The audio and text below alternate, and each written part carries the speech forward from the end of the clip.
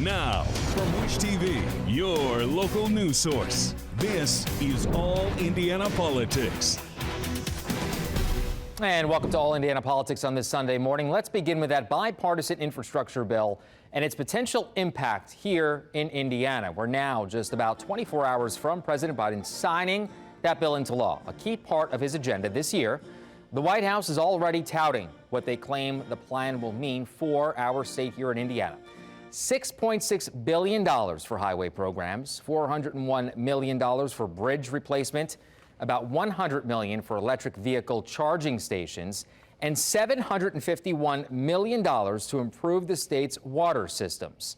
But even with that, it hasn't generated huge support from Indiana Republicans. Our Adam Pinsker is with Indiana Democratic Party Chairman Mike Schmuhl. We're joined by Mike Schmuhl, chair of the Indiana Democratic Party. Mike, thanks for joining us. And I understand it has been a busy week in terms of the past 7 days of the Biden agenda. First thing I want to talk about is the infrastructure bill. How does Indiana benefit specifically? What projects could be fulfilled because of the passage of this bill? Well, it is huge for our country and huge for Indiana. I think the three biggest things that folks will see in their communities and in daily life are the following. Number one, huge investments in broadband internet access across the Hoosier state. There's about 16% of Hoosiers who don't have access to reliable quality internet, and about half of Hoosiers live in a place where there's only one internet provider. So the bipartisan infrastructure deal really going to help with investments in broadband internet across our state. The next thing, it's bread and butter, local issues. It's roads and bridges. Indiana has over 1,000 bridges that are in need of repair. I think folks, when they drive around, see all the construction, but also a lot of crumbling infrastructure that really needs to be addressed. And so we are poised to receive about $7 billion in federal funding here in Indiana to repair our roads and bridges and our public infrastructure. And lastly, again, it's very basic. It's daily life, but water infrastructure. Everybody across Indiana deserves quality, safe, healthy, tested drinking water from public utilities. And so a lot of these systems are outdated. They needed to be fixed, and there are critical investments in this package to do just that. Last time I checked, conservatives and liberals drink from the same water supply. So why was this such a battle? Was it the price tag? Was it what was in the bill? Well, I think that's the key thing about the bipartisan infrastructure deal, that key word, bipartisan. Actually, 19 Republican senators voted for this package, including their leader, Mitch McConnell, just to our south in Kentucky. 13 Republican members in the House voted for this package. So it truly was one of the largest bipartisan pieces of legislation that we've seen in years coming out of Washington. And so, yes, it took some time to get it right and to push it through.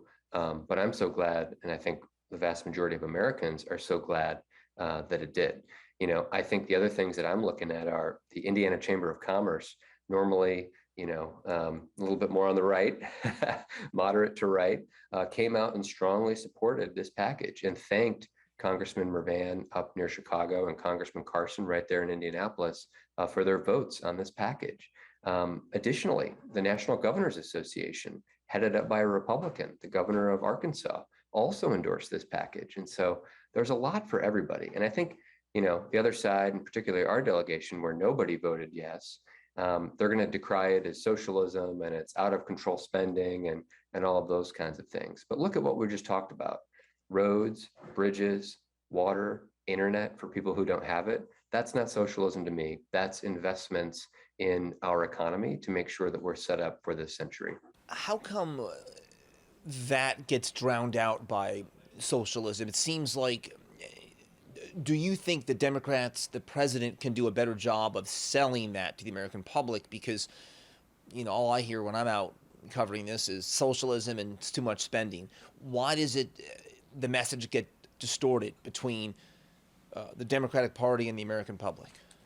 Yeah, I think there's a lot to unpack there. I think the last, sort of decade, really when I've been involved here in Hoosier politics, there's been a nationalization of our media. right? I think a lot of people consume media in different ways. A lot of people consume media online. I think there's a lot of misinformation out there, disinformation, fake news, conspiracy theories, all these things. But at a higher level than that, I think that Republicans are reverting back to their stance before Trump came into office, which was we're against everything. And no, no, no to everything that comes up. And I think the other way that they work around that is wedge issues, using cultural issues, finding something to really highlight, to sort of manipulate with folks, to have them thinking more about that than perhaps more about the policies that are impacting their daily life. And so, I'll give you an example. That's why we're going on the road. This is our 4th tour in 5 months, and I'm leading an Indiana small town tour. We're going to 14 small towns across the Hoosier State to talk about what we're talking about here: infrastructure, jobs, getting out of COVID, kids, helping our agriculture community, helping our farmers. Those are things that are going to help folks in their daily lives. And so, we're trying to maybe use a little bit different playbook. We're going into communities, having face-to-face conversations, listening to folks, talking with folks in the communities in which they live, because I truly believe that the policies that we're promoting are helpful to the American people. And this could be in a similar vein in terms of the message, but you may encounter folks in these towns who are the type of voters you guys covet, middle class, working folks who are struggling with the inflation. Most economists say that any president, whether it's a Democrat or Republican, cannot individually solve inflation, yet the president, whoever it may be, gets blamed for it, in this case, President Biden. What do you do about that? Yeah, it's tough. I think that the old adage from Tip O'Neill a few decades ago was all politics is local, and you might argue, some people argue with me, all politics is national now, right? With our media and the digitization of all of that. But I think what I would say is just what we're doing is investing in people, and we're investing in communities right now. And I think the other thing that's really important to note is the economic indicators that are out there. The big ones are really, really healthy. There are some inflation pressures that we got to look at, and prices are going up. But folks are looking for work. Folks are going back to work. We're adding hundreds of thousands of jobs every month to our economy. I think COVID also showed just how much our economy is shifting right before our eyes, kind of slowed that down a little bit. You saw supply chain demands, food issues, how people work, where they work, competition in the workplace over wages, things like that. And so we're going through this time right now as a state and as a country. And I think that Joe Biden is seeing that all of these things are changing, but we have to invest in people throughout this time, because they're seeing a lot of the pressures, and also with cost. They're seeing a lot of the pressures. We got to help them out through this period so we can get back on track and have one of the strongest American economies ever. Mike Schmoll, chair of the Indiana Democratic Party, thank you for joining us. I appreciate it. Thanks for having me. All right. Gentlemen, thank you. Coming up, Mike Pence and the insurrection at the U.S. Capitol. A House committee looks to talk to the Pence inner circle as we hear a stunning new interview with President Trump about his vice president on that day. That's next on All Indiana Politics. All right, welcome back on this Sunday. We're following several other big stories for you this week. Indiana Attorney General Todd Rokita wants limits on Black Lives Matter in Indiana classrooms. Rokita issued an official opinion on Thursday calling Black Lives Matter an unequivocally political group. The opinion suggests public school districts only allow or discuss Black Lives Matter material. It also allows all political organizations. Rokita also recommends that against displays of Black Lives Matter signs or other material in schools, writing that, quote, students are captive audiences in the classroom, regardless of whether the teacher is speaking. So whatever is displayed in the classrooms, hallways, or on cafeteria walls, the students are exposed to those messages. State Senator John Crane was one of the Republican lawmakers who asked for the opinion. With the advance of the Black Lives Matter movement, it's created some confusion and some difficult situations for good folks who want to support the idea because Black lives really do matter, because all lives matter. but then are uncomfortable with some of the underpinnings and the associations with the Black Lives Matter movement itself. I think the message is not that we don't believe Black Lives Matter. I think the message is simply that in order to promote human dignity and, again, critical thinking within the classroom, it's imperative that if we're going to present one side, then the other side also needs to be presented so that students can weigh the merits of each position as they're in those formative years and making their own decisions. In other news this morning, a report issued in July of last year by the federal government found that Black Lives Matter was not a partisan political party. Rokita argues the group's activities have changed since that decision. Well, the January 6th committee wants to question some of the closest advisors for former Vice President Mike Pence in the final months of the Trump presidency. The committee this week subpoenaed Keith Kellogg, who served as Pence's national security advisor. The committee has reportedly also issued subpoenas for Pence's former chief of staff and former chief counsel. Pence has decided his refusal to declare Donald Trump the winner of the 2020 election and has called the effort to overturn the election results un-American. We're also hearing stunning new audio from former President Donald Trump about Mike Pence on January 6th. It's part of a new book by ABC News Chief Washington correspondent Jonathan Karl. The book is called Betrayal, the Final Act of the Trump Show. You may remember that rioters inside and outside the Capitol on January 6th chanted, "Hang Mike Pence."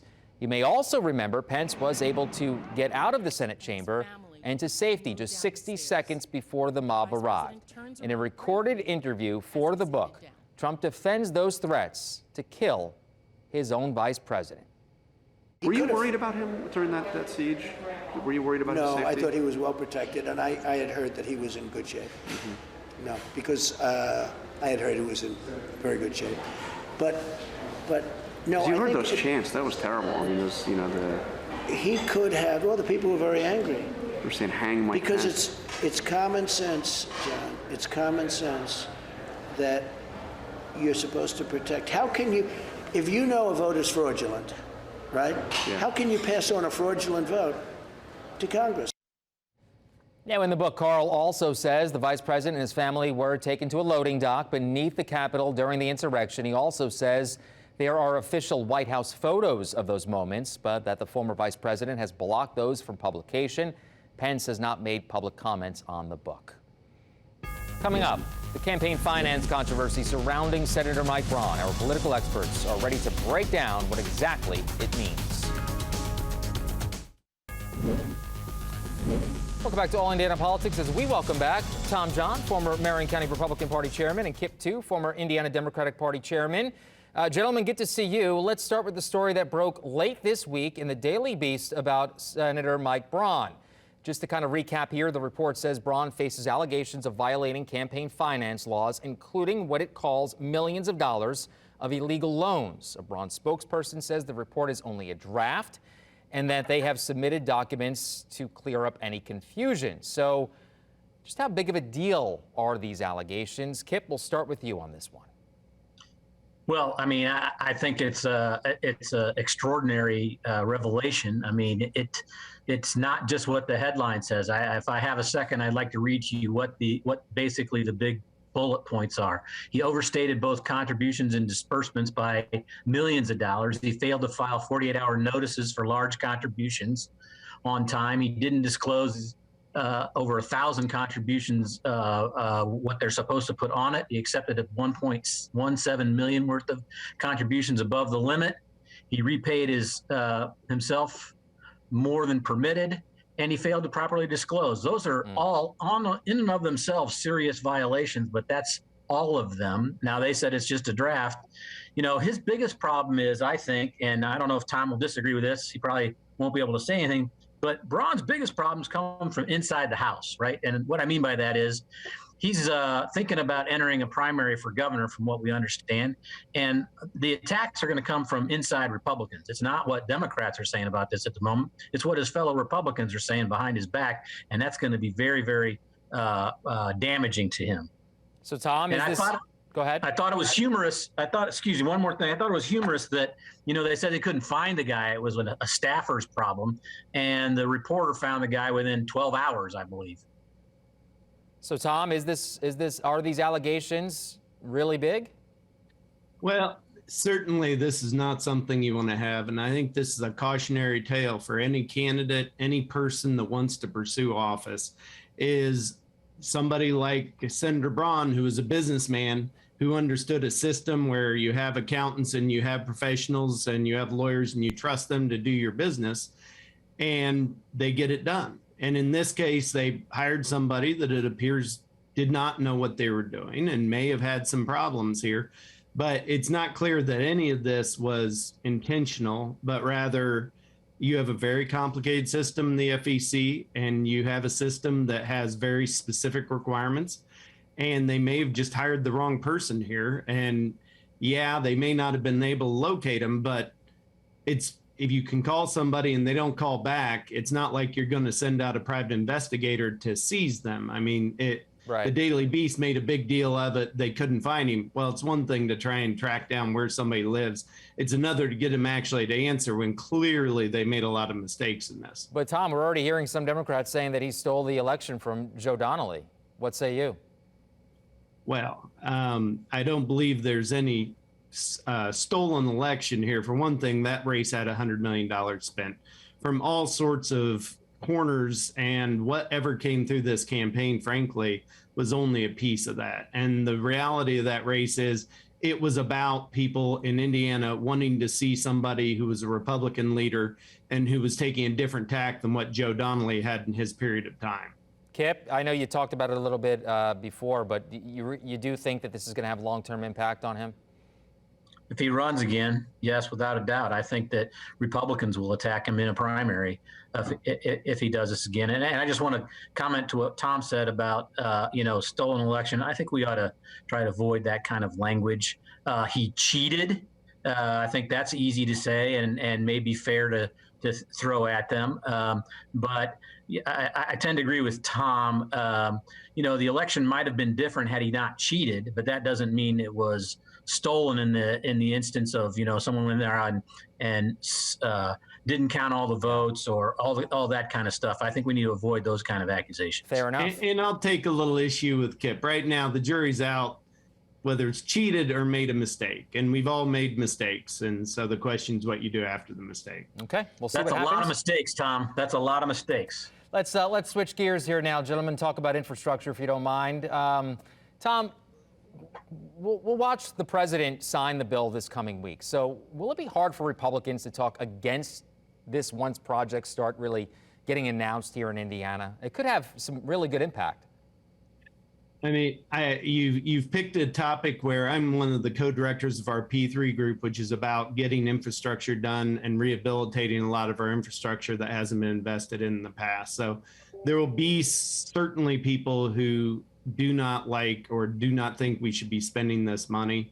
I actually come at this from the perspective of we've got a lot of deferred maintenance and deferred investment in our country in real infrastructure, by the way, not the type of fake infrastructure that we're seeing discussed in the reconciliation bill, but real infrastructure will be meaningful for a lot of our citizens to ensure things like broadband and other things. Yeah. And I think as these projects come, a lot of people are going to be, they may not be publicly applauding it, but they're also not going to be publicly attacking it because I think it'll be popular. Kip, I'm almost out of time. 30 seconds on infrastructure.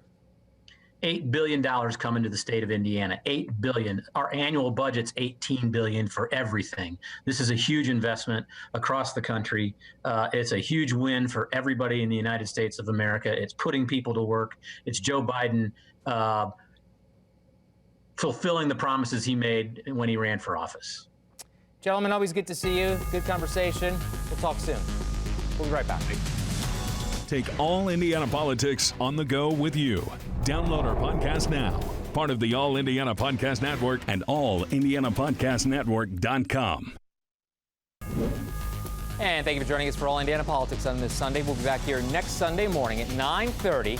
Have a great rest of your weekend.